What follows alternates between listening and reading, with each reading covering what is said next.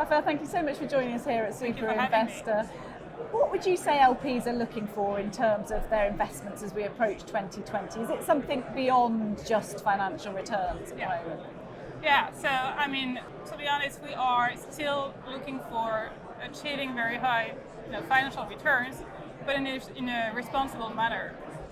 We do invest notably from the regulated savings of the French people, and owe it to them, to make sure that their contributions are invested in a sustainable way. So when assessing the potential of the company, it's not only whether they can achieve high returns, it's about how they make money and what and who they can impact. So I mean, our goal, on top of achieving financial returns, is to have a positive impact on society at large. And I think private capital is crucial and critical to tackle those pressing ESG problems. How well is the private market doing that at the moment? Well, we believe it is pretty well. I mean, we've chosen not to invest with a very good financially sound investments based solely on ESG. So there are still things to do. But it's not only a matter of excluding the not so responsible investments. It's about, for us, engaging those who need to be engaged, and it's about also trying to grow together with the more advanced. So I mean, for us, the question is critical. We are asking our GPs to invest with a double bottom line, which is assessing the financial potential of the company, but also considering ESG and a set of impact goals when considering investments, but also throughout the investment period and at exit. It requires time. It is not easy. It is not straightforward. It requires additional resources. It requires also a high degree of involvement from the investment team. And we believe that GPs are currently thinking at a few models that they could put in place. Should it be dedicated ESG people? Should it be completely integrated in the investment team? Should it be somewhere in the middle? It's really up to them. But what we think works well is when actually you add ESG KPIs into the remuneration of the investment team as well as in their underlying management team. And one thing I'd like to say also is that it is important to underline that ESG is not about reporting.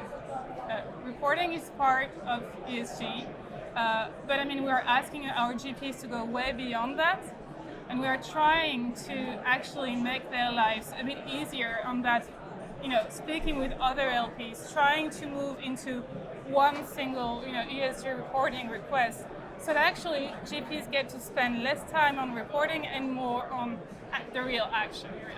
And on the ESG, I mean, to answer your question on the GPs, most of the GPs we have now ESG high on their agenda. They are at various stages in their ESG journeys, but when I look back, a lot has been done already. Nonetheless, I mean, there are some very important low-hanging fruits yet in the industry. And when you look at the management company themselves, I mean, what's really striking is to see the tremendous lack of diversity within the GPs, and that's a thing that needs to be addressed now. Do you think, therefore, from what you've just said, that LPs are having a real impact now because they're making these demands at a very important level to these GPs, and they're forcing that change? Yeah, I mean, we've tried to be at the forefront of that for many years, and we started by ESG a few years back was reputation management, doing no harm, so it was sector exclusion. Well, it was also accusations of greenwashing a lot of the time as well, but it was lip service rather than actual tangible. And I have to say that, I mean, some reactions that we got from our GPs 5 or 6 or 7 years ago were pretty negative. It was greenwashing, it was, what are you asking us? Are you asking to achieve high performance? Or are you asking us to do ESG? And in that case, how much are you willing to, how much are you willing to kind of have, decrease in terms of financial investments because of ESG, which is totally the wrong way to look at it. And now the same GPs come to us to say, well, thank you, for having pushed us 6 years ago. Now, it has helped us in a lot of ways. So they are being way more receptive today than it was before. And, we're trying to have an open dialogue. It's not only a matter for us of supporting best in class, it's really a matter of supporting best efforts.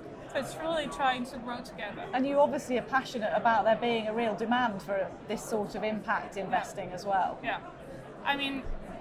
So a lot of prominent managers have launched, impact dedicated funds, which is probably a good thing. The question around the measure of the impact is critical. We still need to see that, the GPs, the fund managers that are kind of investing those impact funds have the skills required to have the appropriate returns. The level of risk and returns, both financially and non-financially, still needs to be clarified as well. But I believe that impact, my wish personally would be that impact would be embedded into the whole, main buyout funds that we all see here, because most of the investments can really have an impact on society. So we don't need to have an impact fund to make impact. And it could be a huge benefit reputationally for this industry too. For sure. Which I believe will be a big driver for the years to come. Thank you so much for sharing your thoughts with us. It's been great to talk to you. Thank you for having me. Thank you.